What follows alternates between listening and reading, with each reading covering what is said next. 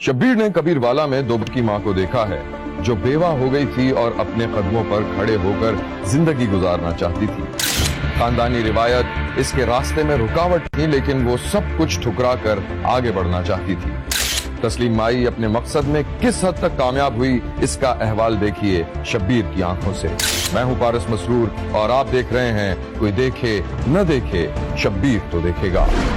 दरवाजे पर दस्तक हुई तो 30 साल तस्लीम जो खाना पका रही थी एक लम्हे को चौंकी।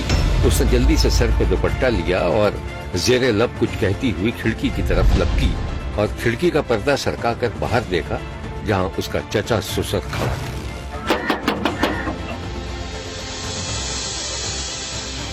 चचा आप आए अंदर आए। अस्सलाम वालेकुम। वालेकुम अस्सलाम। बच्चे कहाँ हैं? चचा वो सो रहे हैं, ट्यूशन से आए थे तो मैंने सुला दिया। खाना बिल्कुल रेडी होने वाला है, आप कहें तो लगा दूं? नहीं, मैं खाना खा के आया। अच्छा, तो चाय? नहीं, चाय भी। मैं तो बस तुम्हारी खैरियत पूछने आया था। तुम्हारी चची बहुत परेशान है, कह रही थी कि तस्लीम को यहीं ले आओ। चचा मैं यहाँ पे खुश हूँ, और वैसे भी ये घर निशानी है खालिद की। बेटा हमें अच्छा नहीं लगता, शौहर होता तो कोई और बात थी। लोग तरह तरह की बातें बनाते हैं। चचा जान, इसमें मेरा क्या कसूर है? अगर लोग बातें बनाते हैं तो बाय द वे मेरा खैर हुआ है ही कौन? चलो इस पे फिर बात करेंगे, किसी दिन चक्कर लगाओ ना घर पे। आप देखूंगी, टाइम ही कहाँ मिलता है, कॉलेज से इतना लेट आती हूँ, उसके बाद।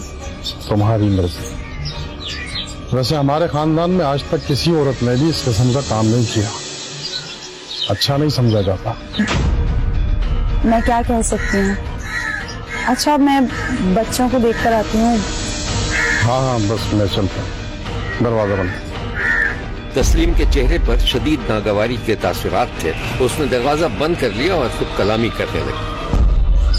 सारी जिंदगी तो पूछा नहीं, और अब ये छोटा सा मकान खटक रहा है। देख रहे हैं ना खालिद आप। जोधपुर कबीरवाला के नवाही इलाके की रिहायशी तस्लीम माई के शौहर का कुछ अरसे कबल एक हादसे में इंतकाल हो गया था। उसके दो बच्चे और उसके चचा ससुर और शौहर के कजन्स को खदशा था कि कहीं तस्लीम किसी से शादी न कर ले और भतीजे का मकान उनके हाथ से निकल न जाए। तस्लीम का ससुराल उस पर नजर रखे हुए था। शब्बीर ने देखा कि तस्लीम अपने ब्यूटी पार्लर का दरवाजा खोलकर अंदर गई तो कुछ बल्ब फ्यूज थे।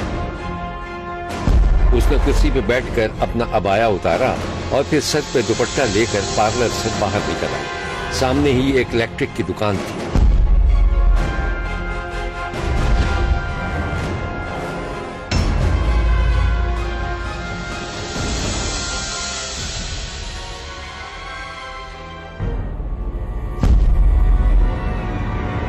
सुनिए, आपके पास कोई इलेक्ट्रिशियन है? जी है, लेकिन अभी आया नहीं है। आप काम बताइए। अरे आप तो वो सामने। जी वो मेरा ही कॉलर है। एक्चुअली मेरे कॉलर के ना कुछ बल्ब फ्यूज हो गए हैं। आई थिंक कोई तार वार खराब है, तो आप प्लीज इलेक्ट्रिशियन को लाजमी भेज दीजिएगा, मेरे क्लाइंट्स आने वाले हैं। जी बेहतर, मैं भेज दूंगा। अच्छा ठहरिए, कोई छोटी मोटी बात है तो मैं खुद देख लेता हूँ। जी शुक्रिया। तसव्वुर ने अपनी दुकान का आधा शटर गिराया और तस्लीम के साथ चल दिया। रास्ते में दुकानदार एक दूसरे को कोहनियां मारते देखे गए। तस्लीम ने ब्यूटी पार्लर का दरवाजा खोला। आइए अंदर आइए। देखिए आप, ये सेवर हैं, जल ही नहीं रहे हैं, और स्विच इनका ये है। मैं देखता हूँ। मेन स्विच कहाँ बंद करना पड़ेगा? मेन स्विच उस साइड पर।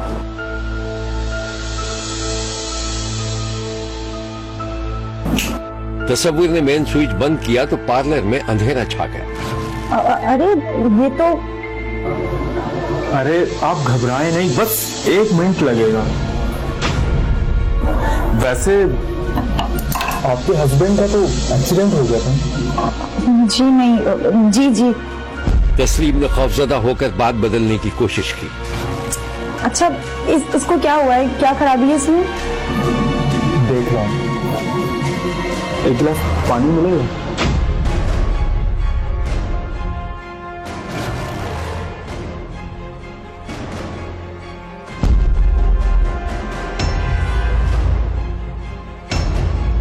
शुक्रिया। तस्लीम ने कोई जवाब न देते हुए कपकपाते हाथों से पानी का गिलास बढ़ाया और अपने खौफ को कम करने के लिए झूठ मूठ किसी से फोन पर बात करने लगी। हाँ इसकी बेल खराब है, आवाज ही नहीं आती है। हाँ मैं पार्लर में ही हूँ, लाइन खराब है शायद, इलेक्ट्रिशियन चेक कर रहा है। हाँ आमिर पार्लर ही आ जाओ। मैं मेन स्विच देख लूं। हाँ हाँ हाँ अब हाँ आ जाओ। ये लीजिए, आपका तो मसला हल हो गया, बल्ब खराब नहीं थे। मैं थोड़ी देर में बात करती हूँ। जनाब बहुत शुक्रिया। अच्छा आपके पैसे कितने हो गए? अरे रहने दें, छोटा सा तो काम था। वैसे आपको जब भी कोई प्रॉब्लम हो तो आपकी अपनी दुकान है। जी बहुत शुक्रिया, लेकिन आप ये रख लें। अरे मैं कह रहा हूँ ना, रहने दें। प्लीज रख लें, मुझे अच्छा नहीं लगेगा। ठीक है, जैसे आपकी मर्जी। फिर काम पड़े तो बताइएगा। तस्लीम और तसव्वुर की तन्हाई में होने वाली मुलाकात ने दोनों के जहनों में उलझाव पैदा कर दिया था। तस्लीम एक जवान बेवा थी, उसे किसी मजबूत सहारे की जरूरत थी, लेकिन तसव्वुर क्या चाहता था इसका अंदाजा तस्लीम को बिल्कुल नहीं था।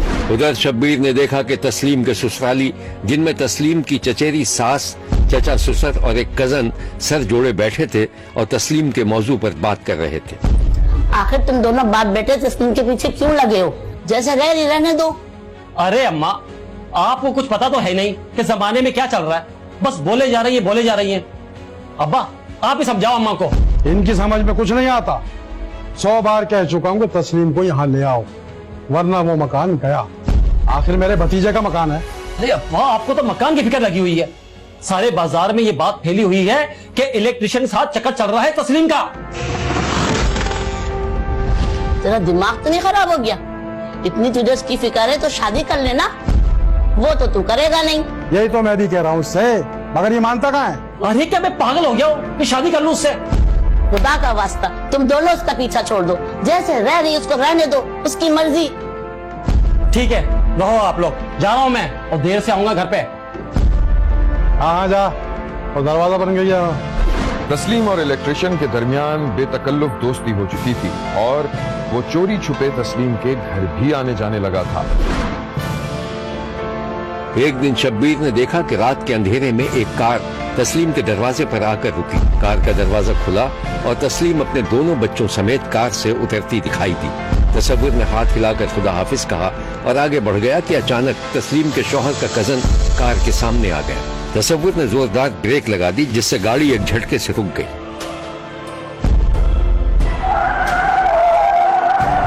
अबे वो देख के चला कर, मैं देख के चलूं? अबे अंधे की तरह गाड़ी चला रहा तू? हाँ नशे में बदमाशी दिखा रहा है। बताओ तुझे, मैं बदमाशी दिखा रहा हूँ? बाहर निकल, बताता तुझे। आ बाहर। तसव्वुर कार से बाहर आ गया, दोनों में झगड़ा होने लगा और लोग बीच बचाव कराने की कोशिश करने लगे।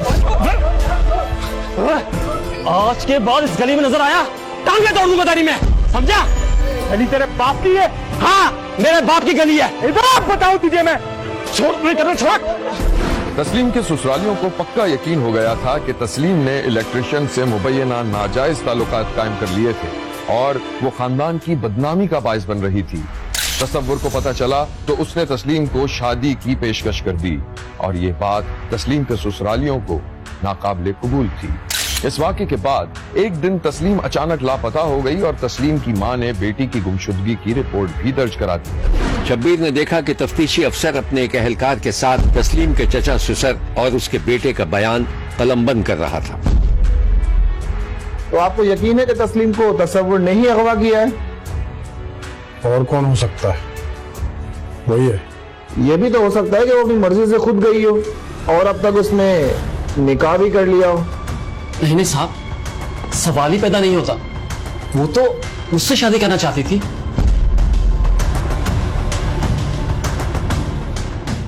ठीक है, आप एक काम करें, बाहर जाके एफआईआर कटवाएं, उसे अरेस्ट करके हम मजीद इंक्वायरी करते हैं। ठीक है जी। पुलिस जदीद टेक्नोलॉजी की मदद से मुल्जिमान तक पहुंच गई थी। बेवा तस्लीम को अगवा करने वालों में तस्लीम का चचा ससुर और उसका बेटा शामिल था। तस्लीम को अगवा करके झंग ले जाया गया था, उसे तशद्दुद का निशाना बनाया गया था। कत्ल करने की कोशिश की गई थी लेकिन कामयाबी न हो सकी। उसे वापस कबीरवाला ले आया गया। पुलिस ने मुल्जिमान को पकड़ा लेकिन तस्लीम को बरामद नहीं कर सके और न ही तसव्वुर का कोई नामो निशान मिला। क्या इन दोनों को गैरत के नाम पर कत्ल कर दिया गया था? शब्बीर ने देखा कि रात की तारीकी में दो शख्स जिनके सिर्फ साए दिखाई दे रहे थे एक मोटरसाइकिल से उतरे। मोटरसाइकिल पर एक गठरी थी जिसे दोनों ने एक गड्ढे में लुढ़का दिया। तो दूर से ऐसा लगा जैसे वो गड्ढे में पानी का ड्रम उलट रहे हों। शब्बीर ने दोनों को मट्टी बराबर करते भी देखा। हुआ ये था कि जवान बेवा पर बदचलनी का इल्जाम लगाकर और उसका छोटा सा मकान हथियाने के लिए चचा ससुर और उसके बेटे ने तशद्दुद करके कत्ल कर दिया था और उसकी लाश को तेजाब से नहलाकर गड्ढा बंद कर दिया था, जिससे लाश नाकाबिले शनाख्त हो गई थी। ये है वो मनाजिर जब पुलिस ने तस्नीम की मस्क शुदा लाश बरामद की थी। पुलिस ने इस अफसोसनाक वाक़े के बारे में जो कुछ बताया था वो कुछ इस तरह है। नसीम भाई है, ये हमें कंप्लेंट दर्ज कराती है कि उसकी बेटी है तस्लीम भाई, जो शादीशुदा है, बाद में वो तलाक हुई, उसको दो उसके बच्चे हैं, तो वो घर से गायब है, लापता है, गुम है, उसे किसी ने किडनैप कर लिया है। चुनांचे इस इत्तला पे हमने फौरी तौर पे उसका मुकदमा दर्ज किया और एक इंतहाई ये सेंसिटिव केस था। हालात हमने बताए जनाब डीपीओ साहब को, जिन्होंने ज़ाती तौर पे इसको सुपरवाइज फरमाया और हमें डायरेक्शन दी। तो हमें कुछ एविडेंस मिल गई कि ये लास्ट टाइम ये औरत कहाँ थी और किसके पास थी और कहाँ पे गई थी। उस पर हमने वर्क किया, वो बंदे हमने ट्रेस किए, फिर उनको अरेस्ट किया, फिर वो कड़ियाँ मिलती आई, बंदे गिरफ्तार होते गए, चीज़ें वाज़ेह होती गई, क्लियर होती गई। तो इसमें मेन मुलजिम जो है वो मंजूर हुसैन है। उसने फिर इसको अपने घर रखा, वहाँ उसी रात फंदा डाल के उसके अपने दुपट्टे का उस बेचारी के गले में फंदा डाला, फंदा डाल के उसको कत्ल किया।